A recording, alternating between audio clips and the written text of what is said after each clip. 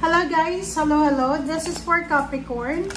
Capricorn, welcome dito sa aking channel, Kapalaran 888. Alamin natin kung anong messages, vibration, gabay energy para sa inyong lahat. So, tingnan natin Capricorn kung makaka-resonate ka dito. But please connect your intuition sa mga barahan na lumalabas dito. Okay, thank you. First card natin Capricorn is Despair and Courtship. Nakikita ko sa'yo dito, maybe hindi ikaw to.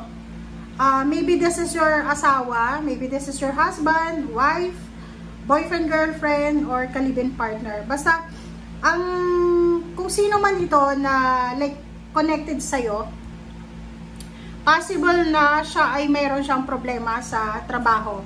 Maybe na-lay off siya, na-terminate siya sa trabaho, hindi siya makahanap ng trabaho, medyo desperate na siya. Kasi pagod na siya sa kanyang paghahanap ng trabaho. Parang ganun.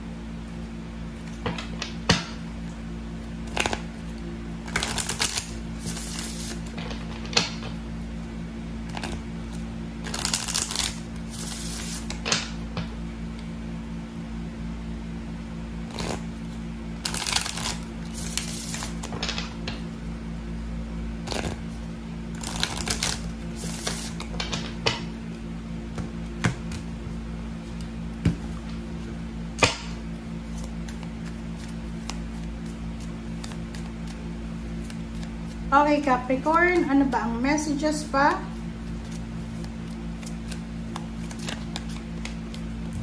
Okay, Capricorn, this is lightning, winter solstice, and reflection power. So, eto, merong Capricorn, kung ikaw ay OFW or nasa ibang bansa ka, maybe you're planning for vacation, travel vacation, going back to the Philippines. Maybe simula December, January, February, March. Yung 4 months na yan, posibleng eto yung plano mo. Paki-comment na sa comment section.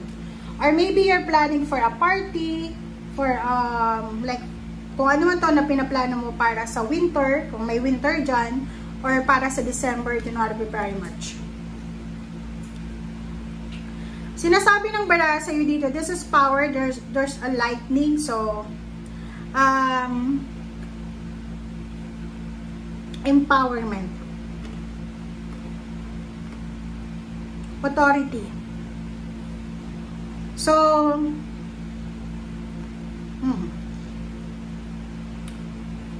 maybe may iba sa inyo dito, Capricorn, na pagdating ng December, posibleng makatanggap kayo ng job offer. Like managerial position, head, supervisor, leader, parang ganon, team leader. And yung authority na to na ibibigay sa inyo is medyo magdadalawang isip ka. It's because natatakot ka eh. Medyo natatakot ka kung ano ba ang pwede mong magawa. Kasi baka akala mo hindi mo kaya, or marami kang kinakatakutan. So, nakikita ko sa'yo dito na you need to reflect. Kailangan mo, maybe yung offer na yan is mangyayari December, January, February, March.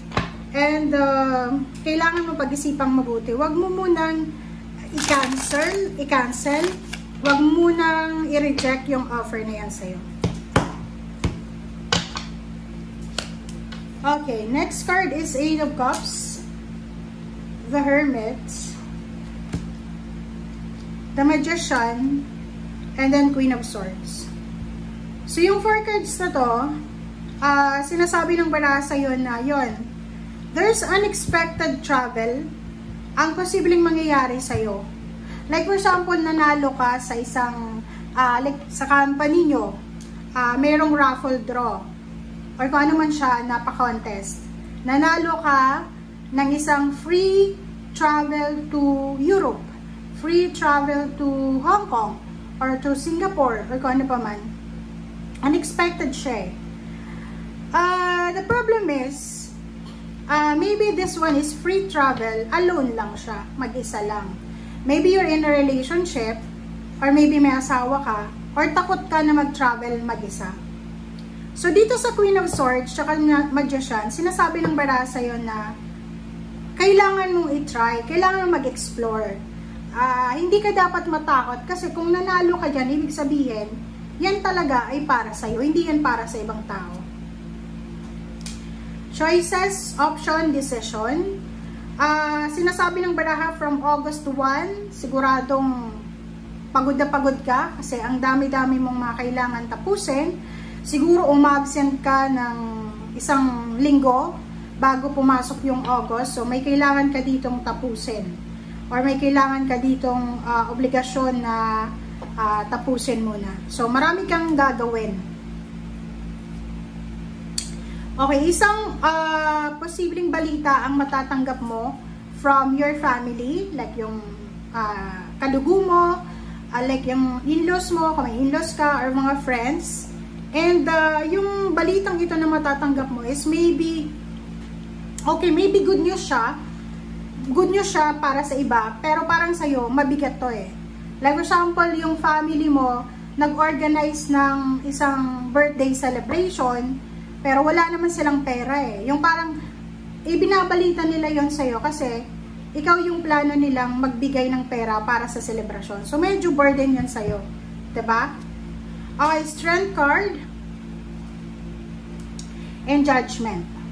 Isang desisyon ang kailangan mong gawin, but before ka gumawa ng desisyon na yan, kailangan mong mag-isip ng mabuti, mag-reflect, kailangan mong maging malakas. Kasi yung desisyon na yan, ay hindi yan pwedeng magawa kung medyo mahina ang loob mo. Temperance and Justice. So, maybe this is contract signing. So, maybe may mga offer ng contract signing, offer ng renewal of contract, offer ng kasal, mga kontrata, papeles, or dokumento, or maybe meron kang kaso na kinakaharap or hinaharap na kailangan mo dito ng judge or ng attorney. So, ay kita ko sir dito na kailangan mo talaga ng lakas loob.